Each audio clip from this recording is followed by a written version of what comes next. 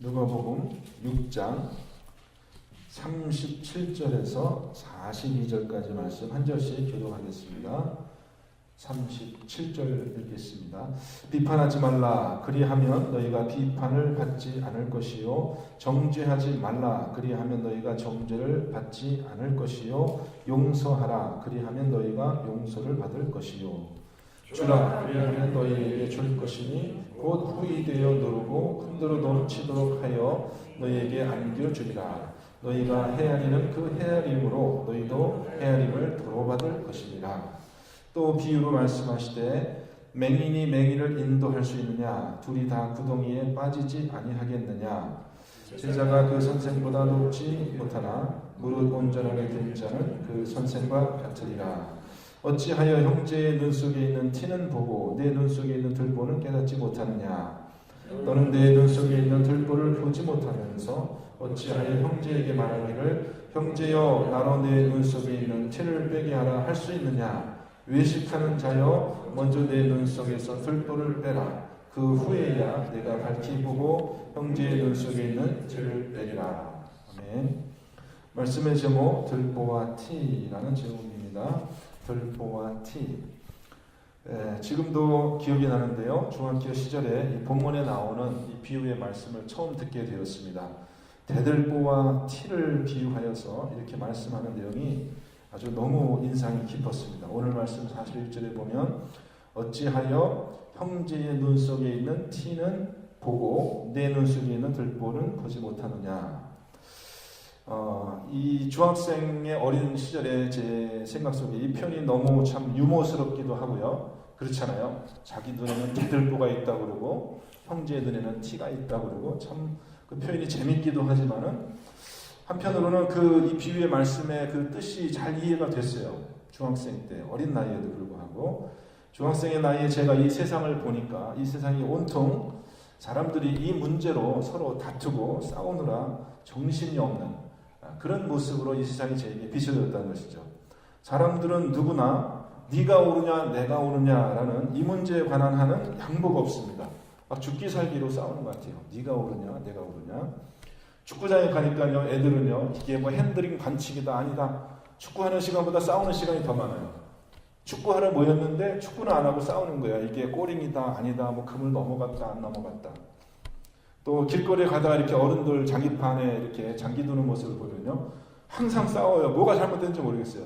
규칙대로 두면 되는데 거기 명확한 규칙이 있는 게임이잖아요. 룰대로 플레이하면 되는데 항상 싸워요. 네가 이거 속였다고 그러고 뭐 물른다고 그러고 안 물어준다 그러고 집에서는 부부들끼리 싸우고요. 또 운전자들은 또 길 위에서 싸워요. 길 위에서 네가 이거 잘못했느니 뭐더니 차 세워놓고 서로 다투는 모습을 종종 봅니다. 근데 이게 다들 알고 보면요 규칙이 정해져 있잖아요. 축구장에서는 축구의 규칙이 있고 장기판에서는 장기의 규칙이 있고 운전자들에게는 교통법규가 다 있는데 그 규칙이 있는데도 불구하고 그 규칙이 맞느니 틀리느니 이게 이렇게 해석이 되니 저렇게 해석이 되느니 참 그렇게 싸우는 모습이 인상 깊었습니다. 제가 어린 나이에도요. 그런데 어느 누구도 나서서 아닙니다. 이게 내가 잘못했군요. 당신이 옳습니다라고 말하는 그런 거는 거의 들어보지 못했어요. 이게 옳으냐 그러냐가 사실 중요한 게 아닌 것 같아요. 자기 편, 내가 어떻게 되는 것이냐가 더 중요하게 보는구나. 그렇게 어린 나이에 생각이 됐습니다.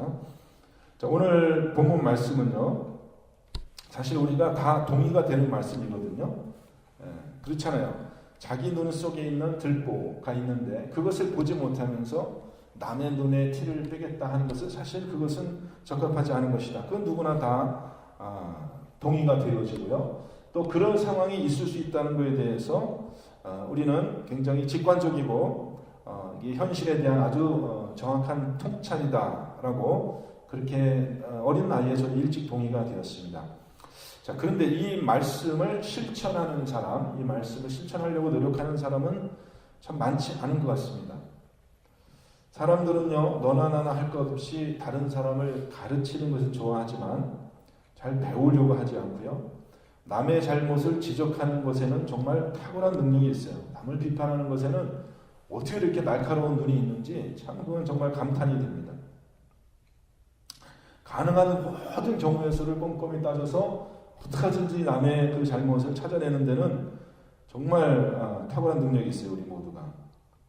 그래서 요즘은 인터넷상에서 보시고 신상털기라고 하잖아요. 신상털기. 우리가 옛날에 뭐 먼지 털어서 뭐라 그러죠? 먼지 털어서? 네? 털어서 먼지 안 나는 사람 없다. 뭐 이런 말이 있었는데 털어서 먼지 안 나는 사람 없다. 하여튼 뭐 어떻게든지 그냥 다 찾아가지고 모든 사람의 잘못을 그렇게 사람들에게 공개하는 그런 일들이 많이 있어요. 근데 그것을 거꾸로 자기에게 만약에 그런 일이 있다 생각하면은 자기에게 뭐 어떤 사람이 조금이라도 그런 이제 비난을 한다거나 그러면은 또 그것에 대해서는 거꾸로 또 변명을 하고요. 그것도 목숨을 걸고 그걸 사수합니다. 그냥 넘어가는 걸 배웠습니다. 아무도 자기 눈에 들보를 빼려고 나서는 사람은 없습니다. 그걸 실천하지 않습니다. 근데 이렇게 그러면 이 들보와 티의 비유를 가지고 제가 이렇게 한번 세 가지 종류의 사람이 있다라고 생각을 해봤습니다. 첫째는 자기 눈에 들보는 보지 못하고 남의 눈에 티를 빼려고 하는 사람. 그 첫 번째 종류의 사람입니다. 자기 눈에 들보가 있는 것을 전혀 인식하지 못하고 남의 눈에 티를 빼려고 하는 사람. 두 번째 종류의 사람은 자기 눈에 들보를 보지만 자기 눈에 들보가 있는 것을 보지만 그것을 빼지 못하기 때문에 자기도 자기 눈에 들보를 빼지 못하기 때문에 다른 사람의 티를 그냥 넘어가 주는 사람, 못 본 척하고 왜냐하면 자기가 큰 들보가 있으니까. 두 번째 종류의 사람이죠. 세 번째 종류의 사람은 자기 눈에 들보를 빼고 그래서 다른 사람의 눈에 티를 빼도록 그렇게 도와주는 사람. 뭐 이렇게 세 가지 종류의 사람으로 나눌 수 있을 것 같아요. 여러분 1, 2, 3번 중에서 여러분 어디에 속해요? 자기의 첫 번째 사람, 자기 눈에 들보를 보지 못하고 다른 사람의 눈에 막 티를 빼려고 그러는 사람. 두 번째 사람은요, 자기 눈에 큰 들보가 있는 것을 알기는 알지만 자기도 그거를 빼지 못하는 처지이기 때문에 다른 사람의 눈에 티를 그냥 넘어가 주는 사람, 못 본 척하는 사람. 세 번째 사람은 자기 눈에 들보를 빼고 밝은 눈으로 다른 사람의 눈에 티를 빼는 것을 도와주는 사람.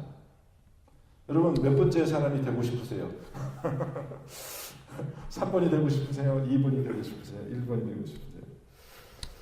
사실 우리가 다른 사람의 눈에 티를 우리가 정말 제대로 보고 있는 것인가? 사실은 이제 우리가 어떤 사건이 일어나서 여러 목격자들의 진술을 이렇게 받아보면은요, 동일한 사건을 여러 사람이 동일한 장소에서 똑같이 경험을 했는데 그 사람들의 진술이 다 다른 것을 우리가 보잖아요. 실제로 그렇습니다. 너무 달라요. 10사람이 그 사건을 똑같은 현장에서 봤는데 당신이 뭐 봤는지 한번 얘기해보라 그러면요, 사람들이 다 다르게 얘기한다는 거예요. 어떤 경우에는 정반대로 얘기하는 사람도 있다는 거예요. 이 사람은 이렇게 됐다 그러는데 이 사람은 아니라고 얘기하는 경우도 얼마든지 나타날 수 있는 것입니다. 여러분 우리가 두 눈을 뜨고 사실관계를 똑바로 보는 것 같지만요, 사실은 우리의 그 보는 그 관찰에 우리의 생각과 편견이 들어가 있다는 걸 여러분 아십니까? 우리가 본다는 이것은 단순한 관찰이 아니라 거기에는 이미 어떤 해석이 들어가 있어요. 그래서 우리가 본 것에 어떤 의미를 부여하느냐, 해석이라고 하죠. 그것이 우리가 가지고 있는 선택입니다. 그런데 내 눈에 들보가 있으면요, 그 들보라는 것이 영적인 의미로 봤을 때는 그것이 편견이잖아요. 편견. 내가 가지고 있는 죄로 말미암아서 이 세상을 왜곡되게 보이게 하는, 그렇죠? 눈에 들보가 있으면 뭐 보기는 보겠지만 제대로 볼 수 없는 것처럼 우리가 영적으로 우리가 그렇게 가려진 우리의 그런 시야로 우리가 이 세상을 보게 되면은 자꾸 우리는 왜곡된 그런 모습으로 다른 사람을 판단하게 되는 것입니다. 그래서 사실은 우리가 다른 사람을 보고 판단하는 그것이 정확하지 않을 수 있어요. 오늘 본문에서 중간에 또 다른 비유가 하나 나오는데 그것은 맹인이 맹인을 인도할 수 있느냐라는 그런 간단한 그런 비유입니다. 앞을 못 보는 처지에 있는 사람이 다른 맹인을 도와준다는 것은 사실 그것은 성립되지 않는 그 도움이 아니죠.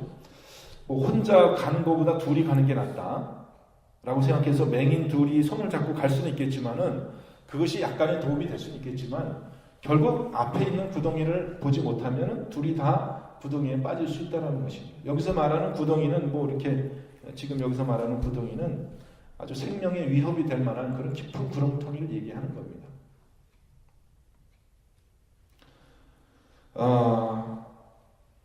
그래서 오늘 비유, 이 두 가지 비유를 통해서 우리는 사실 우리가 일상적으로 경험하는, 우리가 일상에서 경험하는 그런 평범한 사실들이에요. 너무나 참 우리가 동감이 되고 당연한 그런 말씀을 예수님께서 이야기하고 있습니다.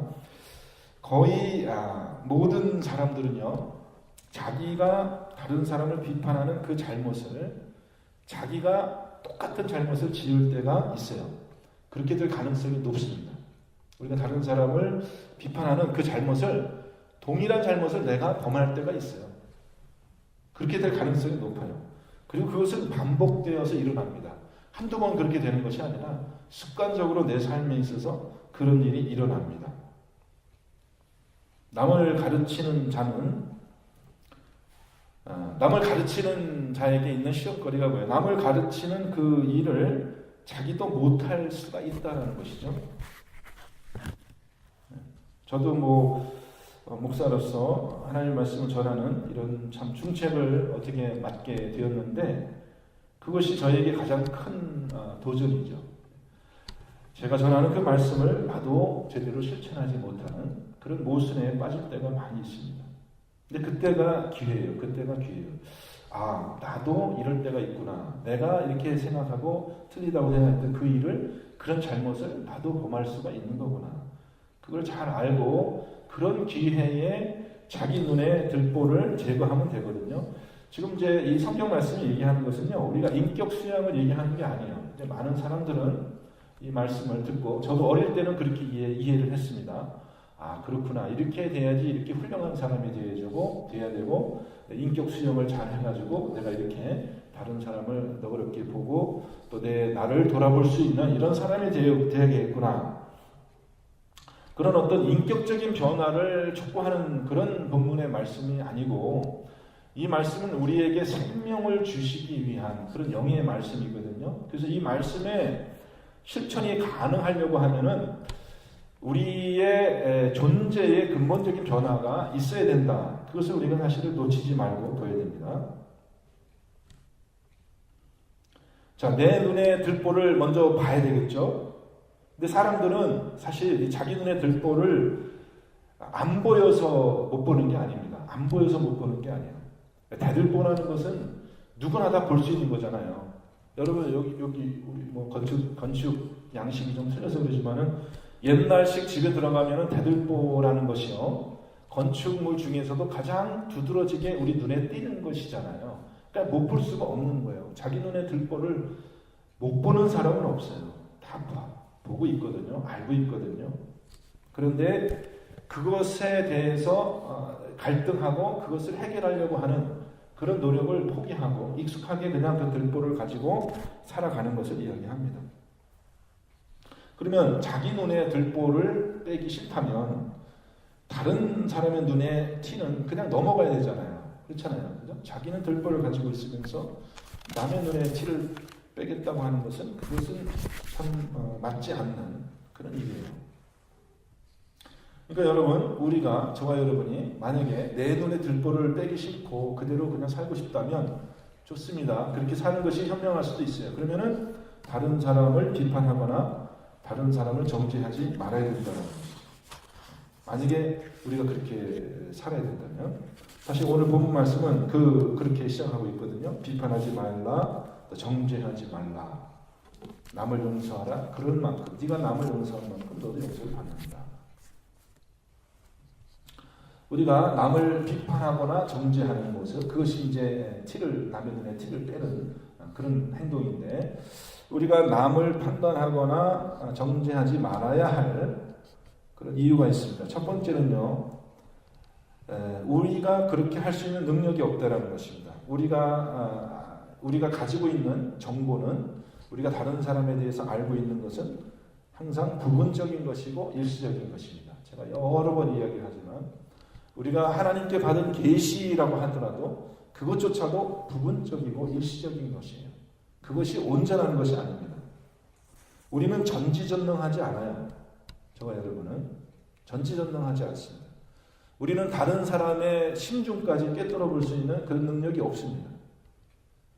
일의 본말을 시작부터 끝까지 다 알지 못해요. 우리는 부분적인 얘기 한마디 그 사람의 어떤 인생의 한 부분을 듣고 본 것뿐입니다. 그것조차도 잘못 볼 수도 있고 잘못 들은 것일 수도 있어요. 얼마든지요. 그러니까 우리는 최종적인 판단을 할 수가 없는 거예요. 다 알 수도 없는 거고. 사람들은 참 어리석게도요. 자기들이 모든 것을 알고 있는 것처럼 마치 자기들이 전지전능한 것처럼 그렇게 다른 사람을 판단하고 그렇게 하지만은 사실 그것을 잘 듣고 보면 자기 혼자 만들어낸 이야기일 경우가 많아요. 혼자 그냥 자기 혼자 그렇게 생각하는 거예요. 사실과 부합되지도 않고 또 사실과 부합된다 하더라도 그것이 그 사람의 형편을 다 이해하지 못하고 하는 그런 경우일 때가 너무 많습니다. 왜 그렇게 할까요? 왜 사람들은 그렇게 하기를 좋아할까요? 가능하면은 틀리게 보더라도 가능하면 좋은 쪽으로 보면서 틀려야 되는데 가능하면은 나쁜 쪽으로 이해하면서 틀려가는 것이 우리의 습성이란 말이죠. 그렇게 해서 상대적으로 다른 사람은 나쁜 사람으로 만들어버리고 자기는 혼자 의로운 사람인 것처럼 그렇게 들보를 보지 못하는 그런 사람의 모습이 참 우리에게 많은 것 같습니다. 이 큰 병입니다. 자, 두 번째 우리가 남을 판단하면 되지 남을 판단하지 말아야 될 두 번째 이유가 있습니다. 그것은 뭐냐면 그것이 우리의 일이 아니기 때문입니다. 우리가 남을 정죄하고 판단하는 그것은 하나님께서 하실 일이지 내가 할 일이 아닙니다. 우리는 남을 판단하는 사람이 아니라 우리는 하나님께 판단을 받아야 될 사람들이에요. 야고보서 4장 11절 12절 말씀인데 여러분 제가 읽어드리겠습니다. 한번 잘 들어보시기 바랍니다. 야고보서 4장 11절 12절 말씀. 형제들아 서로 비방하지 말라. 형제를 비방하는 자나 형제를 판단하는 자는 곧 율법을 비방하고 율법을 판단하는 것이다. 내가 만일 율법을 판단하면 율법의 준행자가 아니요 재판관이로다. 입법자와 재판관은 오직 한 분이시니 능히 구원하기도 하시며 멸하기도 하시느니라. 너는 누구이기에 이웃을 판단하느냐. 이렇게 되어 있습니다. 여러분 법이 있으면요 법을 지키는 사람이 있어요. 그죠? 법이 있으면 그 사람을 우리는 준행자, 법을 지키는 준행자라고 합니다. 그런데 그 법을 만드는 사람이 또 있잖아요. 그 법을 만드는 사람을 우리가 뭐라 그러죠? 입법자라고 합니다. 그리고 그 법을 제대로 지키나 안 지키나 그것을 감시하고 또 법을 지키도록 하는 그런 사람이 있어요. 그런 사람을 우리가 재판관이라고 합니다. 재판관. 그죠? 법이 있으면 법을 지키는 준행자가 있고 법을 만드는 입법자가 있고 법을 재판하는 다른 사람이 법을 지키나 안 지키나 보는 재판관이 있습니다. 그럼 우리는 그 중에 누구예요? 우리가 법을 만드는 사람입니까? 남을 재판하는 사람입니까? 아니면 우리는 법을 지키는 사람입니까? 우리는 누구예요? 우리는 법을 지키는 사람이에요. 우리 재판하는 사람도 아니고 우리는 법을 만드는 사람도 아니에요. 야고보 사도는 말합니다. 입법자와 재판관은 오직 한 분이시니 능히 구원하기도 하시며 멸하기도 하시느니라. 하나님 한 분만 법을 만드시는 분이고 법을 재판하시는 분이에요. 우리는 그런 사람이 아니에요. 우리는 법을 지키는 사람이죠. 남을 판단하는 사람이 아니라는 것입니다. 우리는 율법 아래에 있는 사람이지 율법을 만드는 율법 위에 있는 사람이 아니에요. 그러니까 우리는 판단을 받아야 될 사람들이지 남을 판단하는 것은 우리의 일이 아니에요. 우리의 일이 아니에요. 우리가 할 수도 없지만 그럴 능력도 없지만 우리는 다 모르잖아요. 사사건 건. 모르기 때문에 우리가 판단하면은 억울한 일이 생길 수 있어요. 우리가 판단하면은 잘못 판단할 수가 있어요. 분명히. 그렇지 않겠어요, 여러분? 우리는 재판관이 아닙니다. 다 할 수가 없습니다. 여러분 이것이 야고보 사도가 이렇게 말씀한 것인데 여러분 다 동의하십니까? 동의하세요? 그 말씀 맞죠? 이 말씀이 맞습니다. 여러분 우리의 처지를 벗어난 거 있잖아요. 우리의 직분을 벗어난 것, 우리의 분량을 하나님께서 정해주신 분량을 벗어난 것, 그것을 우리가 교만이라고 하는 겁니다. 그죠? 우리 인간이 하나님이 주신 그 지위를 벗어나서 내가 하나님처럼 되겠다 하는 것이 그것이 교만이었어요. 그죠? 그것이 아담과 이브의 죄였어요. 내가 하나님처럼 한번 되보겠다라는 것이잖아요. 이것이 얼마나 큰 죄인지 몰라요. 우리에게 그런 능력이 없기 때문에 하나님이 우리에게 그렇게 살지 않도록 했는데 우리가 자꾸 다른 사람을 판단하면 할수록 억울한 사람만 늘어가는 거예요. 억울한 사람만 늘어가는 거예요. 괜히 우리 판단 때문에 억울한 사람만 생겨나는 것입니다. 그래서 우리는 첫째로 판단할 능력이 없기 때문에, 우리에게 지식이 없고 지혜가 없기 때문에 판단해서 안 되고, 둘째로는 그것이 우리의 일이 아니기 때문에 우리는 판단을 받아야 될 사람들이지 남을 판단해야 될 사람들이 아닙니다. 여러분 이것을 우리가 제대로 알아서 오늘 말씀을 우리가 꼭 저와 여러분이 실천하는 그런 사람이 되길 바랍니다. 그런데 아까도 제가 얘기했다시피 이것은 어떤 도덕적인 인격 수양을 우리에게 이야기하는 것이 아니에요.